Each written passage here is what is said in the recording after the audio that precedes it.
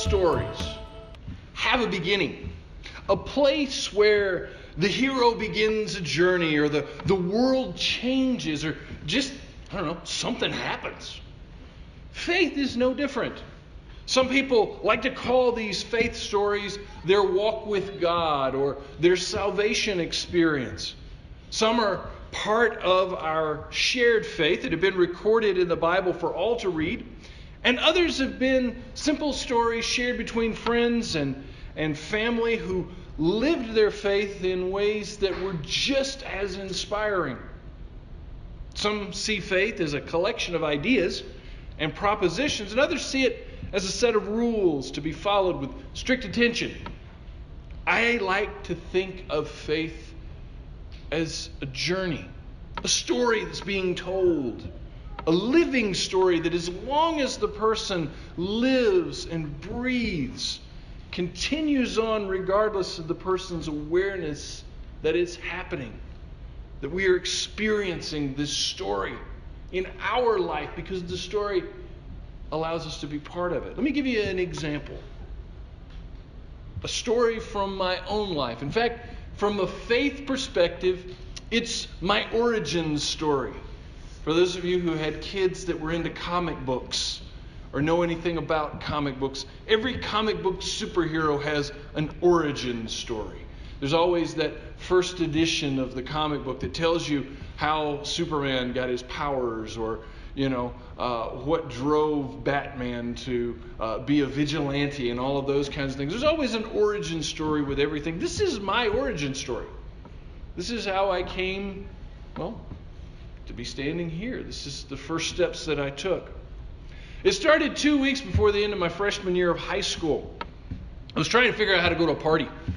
One that promised plenty of opportunities to, as my elders would say, sow oats, you might say.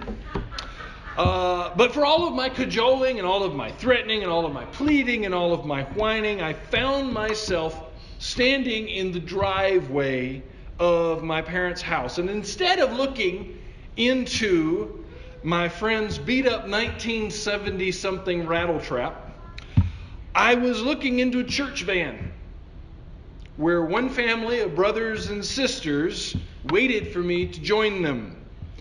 I was as interested as getting on that bus as I was in running over my foot with a lawnmower. They were going somewhere that spoke of heaven. Quite frankly, at the time, I thought it hell. My mother was insistent, so I went. I tried to ignore the people that I was with, this group of teenage siblings that I saw as boring and out of touch and generally, about as uncool as listening to disco in 1986. I looked for a way to get away from them, but the youth leader was with us, and he was watchful, and he was constantly tugging at my shirt and kind of guiding me, putting his hand on my shoulder, pulling me over to one side or the other.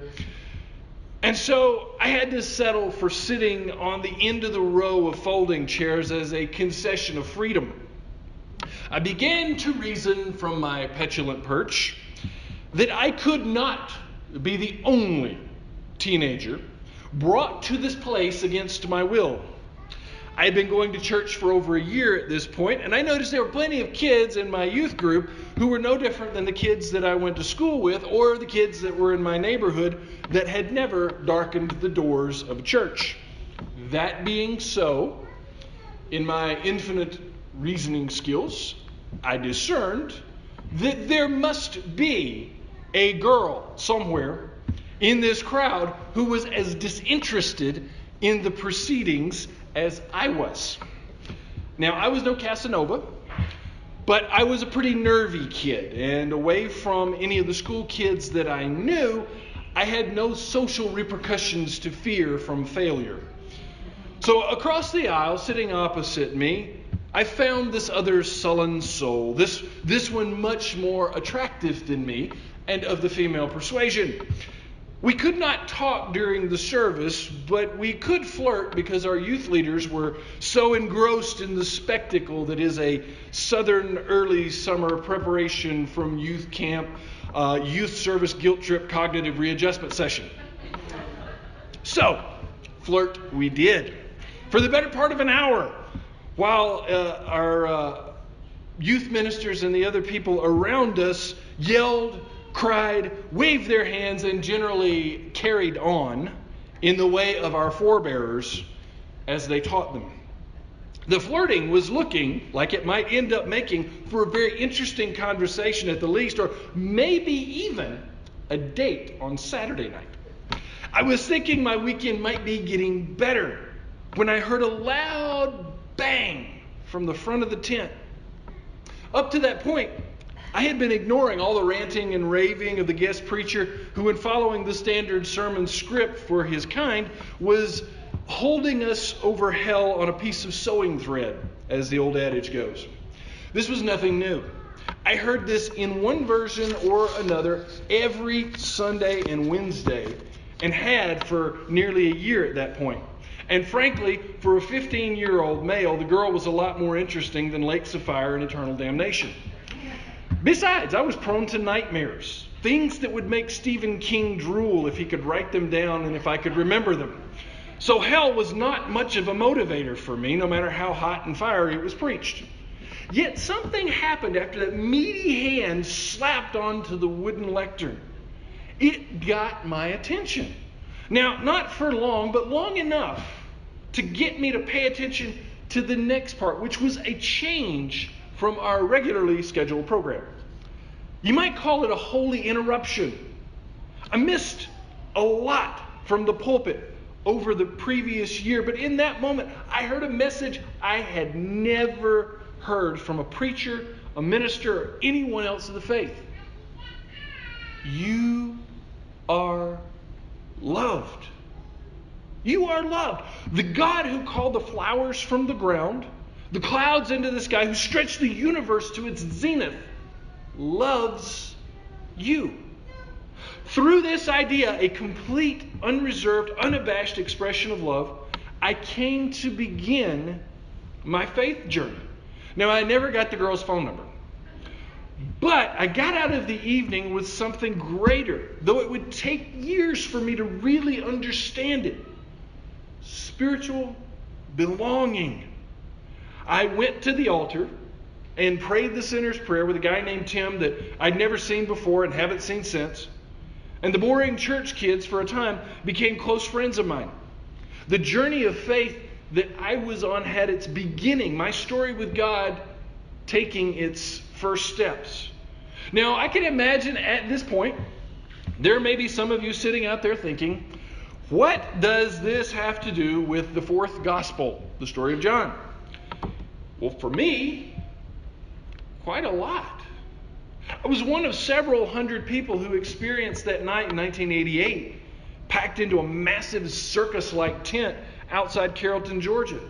Mine was only one perspective of the events, one interpretation of the way things were. Ask any of the other people present, they'll have a set of details, some same, some similar, some contradictory. For some, they left energized with a new desire to live their faith. Others, like myself, found something new, a starting point on a road that took them on a different direction in life. And others heard nothing to shift their paradigm, so to speak, and went on to the party on Saturday night. These different accounts of the same story are much like two friends walking on a country road and seeing the same thing, yet perceiving it differently. Maybe another way to see it. My father was a photographer for many, many years, and he used to carry a camera bag that had multiple lenses. There was a fisheye lens that gave photos a bubble effect, or a telephoto lens that allowed you to see clearly from half a mile away. And why did he carry those things? Because each lens allows you to see the world around you a little differently. From details on a poplar tree at the edge of the horizon to a panoramic shot of everything in front of you. And that is the intent that I have as we enter into this conversation that's going to take us through the fall of this year. That we can look at this text that we call the Gospel of John through a number of different lenses in order to get an idea of how we might understand the message within. And so as we begin this morning, we'll get a little taste of some of that, and we'll move into it a little bit more next week. But the first verse of John starts with these words, in the beginning. Now this harkens back to the words of Genesis, where God is calling from the chaos a sense of order. Those words, in the beginning, signal that this is where the story opens. And in that place, we step into the tale that's being told, and we take our place as those who are reading the story, as those who are experiencing the story along with the writer. We interact with what has been, with what is, and what will be as it relates to a greater story being told. As John's gospel echoes these words from the past, it is no different. It calls us to step into a time, a place, to live and breathe with those who were called to follow after Jesus, to those who were being healed by him, those who were afraid to begin their journey with him, and those who were in opposition to the message and the way of Jesus. It is truth told through story. A truth that transcends time and place by reaching into the heart, beyond the clutter of our lives, to connect to something greater than ourselves and our existence. In the beginning is an ancient idea, one wrapped in a noble art passed through generations for thousands of years. The art of story, the oral tradition. Almost everything in the ancient world began as a story, passed from one person to another, an idea born in the mind and heart of someone willing to share it with those around them. Some have called these stories myths, others call them legends. Sometimes they regard them as history. According to one theologian, oral traditions carry authority and evoked few doubts in their listeners, partly because they were always fitted so well to the perception and the idea of the audience. Once written down, these narratives lost some elasticity and frequently confronted other competitive accounts. In other words, there are stories that we tell that feel very comfortable to us, but if we try to tell them to others, maybe not so much. That's why we have so many different denominations. Each denomination, each group of people, each congregation tells the story a little differently. Some people can listen to that and say, that's fine. Other people hear it and go, that's absolutely wrong. Because if their story is right, then my story is wrong. And there's no way that my story could be wrong. I believed it all of my life. Therefore, they must be wrong. And we get confrontational. Other writers have commented on the idea of oral tradition and said that John may have been the first gospel writer. It's the last of the gospels that was penned to put oral tradition into writing. And as we look at it and we study it, it becomes kind of obvious that John has pulled together a bunch of different stories. Stories that have been told and passed down of Jesus from others who are his followers. That said, story is the first expression for any religion, for any history, for any culture. It is the way we convey truth and understanding from one generation to another and find some semblance of common words to cobble together a sense of who we are and who we want others to see us as. It is the recounting of our corporate journey, the journey we make together through the individual journeys, the personal journeys that make up the greater story. Our conversation that we're going to be having over the next few months, the one we'll have about the Gospel of John, is part of your journey and my journey. It's a journey that was started before now. It's a journey that for some may be starting right now. Or it's a journey that you may get on board with as we go. And that's okay. That's okay. That journey, like all journeys, has a beginning. A place where the anticipation of the road is met with the reality of the moment. It is a place where J.R.R. Tolkien spoke of in his book, The Fellowship of the Ring, when he said, "It's a dangerous business, Frodo, going out of your door. You step onto the road, and if you don't keep your feet, there's no knowing where you might be swept off to." That's both a warning and a prayer, in my opinion. It's a warning that if you're comfortable with your understanding of the world, if you're not willing or wanting to be challenged in your beliefs, you may not like what awaits you as you're exposed to things that are uncomfortable, or if you will, if you are exposed to different lenses. It's also a prayer that we should all hope that God does exactly that. Exposes us to those things previously hidden or unknown from us. Things uncomfortable, things challenging. That the journey is not a stagnant thing. That we don't find ourselves just walking around in circles.